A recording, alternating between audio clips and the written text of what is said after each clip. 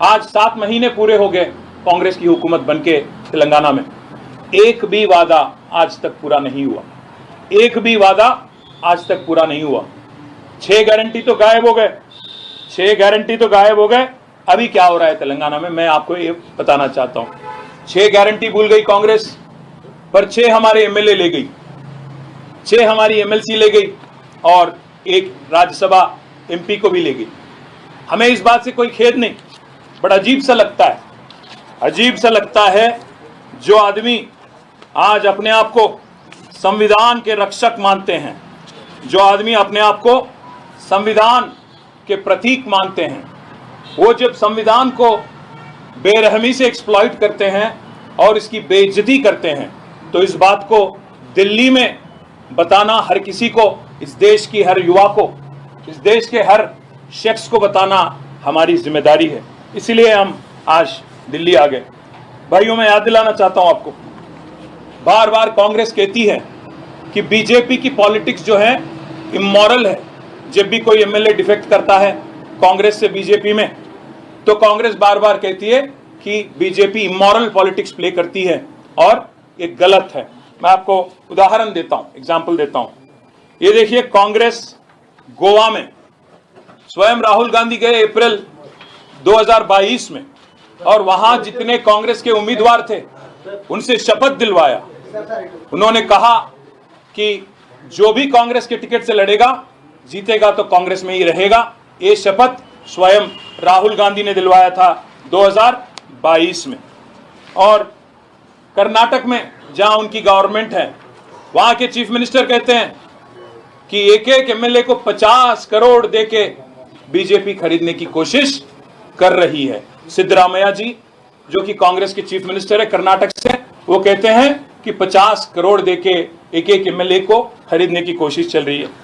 बाला साहेब तोरट, जो कांग्रेस के चीफ हैं महाराष्ट्र के, वो कहते हैं कि साम दान भेद दंड, ये चारों चीज की प्रयोग हो रहा है महाराष्ट्र में, जहां कांग्रेस एमएलए को लेने की कोशिश कर रही है बीजेपी और शिवसेना, एकनाथ शिंदे वाली पार्टी। ये बाला साहेब तोरट का कहना है।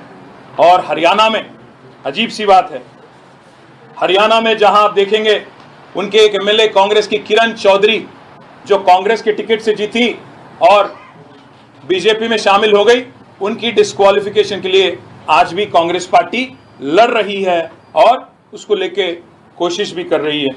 और सबसे अहम बात मैं आपसे कहना चाहता हूं, आज कांग्रेस पार्टी स्वयं मणिपुर में जब उनके एमएलए मणिपुर में डिफेक्ट कर गए, एक आदमी थे एमएलए श्याम कुमार, जिन्होंने जीते तो वो कांग्रेस में थे, बदल गए बीजेपी में, और उसको लेके कांग्रेस ने काफी लड़ाई की और अल्टीमेटली स्पीकर ने यह तय किया कि जो भी अगर डिफेक्शन होता है, ये बहुत इंपॉर्टेंट लैंडमार्क जजमेंट है। 2020 में सुप्रीम कोर्ट की 3 जज bench, justice Nariman, justice Aniruddha Bose और जस्टिस राम सुब्रमण्यम की 3 जज वाली बेंच ने एक फैसला लिया था मणिपुर वाली केस में, जहां के पीसीसी अध्यक्ष, प्रदेश कांग्रेस कमेटी के अध्यक्ष केशम मेघचंद्र सिंह ने पिटीशन फाइल की थी सुप्रीम कोर्ट में श्याम कुमार जी के खिलाफ, और सुप्रीम कोर्ट ने यह जजमेंट दिया कि स्पीकर को 3 महीने के अंदर तय करना चाहिए डिस्क्वालिफिकेशन पिटीशन में। ये जजमेंट आया 2020 में। उसको लेके जजमेंट की कॉपी भी मैं आपको दे सकता हूं। उसको लेके आज श्याम कुमार जी को डिस्क्वालीफाई किया गया और उनको पद से हटाया गया। और हाल ही में जो एक किस्सा हुआ हिमाचल प्रदेश में, जब अभिषेक मनु सिंघवी जी कांग्रेस के राज्यसभा के उम्मीदवार थे, तो वहां के 6 लेजिस्लेटर कांग्रेस के बीजेपी को वोट दे दिए और राज्यसभा वाली इलेक्शन में। उसके खिलाफ भी आज कांग्रेस हिमाचल में आज लड़ रही है। मैं इसलिए पूछना चाहता हूं, जब आपके साथ गोवा में इलेक्शन होता है तो आप शपथ दिलवाते हो आपके लेजिस्लेटर से कि आप दल बदलेंगे नहीं। जब आपके मणिपुर के एमएलए कांग्रेस वाले बीजेपी में शामिल हो जाते हैं, आप सुप्रीम कोर्ट जाते हो, लड़ते हो और उसके खिलाफ ऑर्डर लाते हो। जब कर्नाटक में आपके चीफ मिनिस्टर स्वयं कहते हैं कि 50 करोड़ की खरीदारी हो रही है आज एमएलएस की कांग्रेस वाली एमएलए की बीजेपी के जरिए, तो उस बारे में भी आज राहुल गांधी उसको सपोर्ट करते हैं। और हिमाचल में भी हम जो देखते हैं उसके बारे में भी आज लड़ाई चल रही है। और सबसे अहम बात, कांग्रेस की एक मैनिफेस्टो निकली थी अभी हाल ही में जब पार्लियामेंट हुआ, तो न्याय पत्रा करके उनका मैनिफेस्टो, नेशनल मैनिफेस्टो, जिसकी लॉन्च की गई थी तेलंगाना में।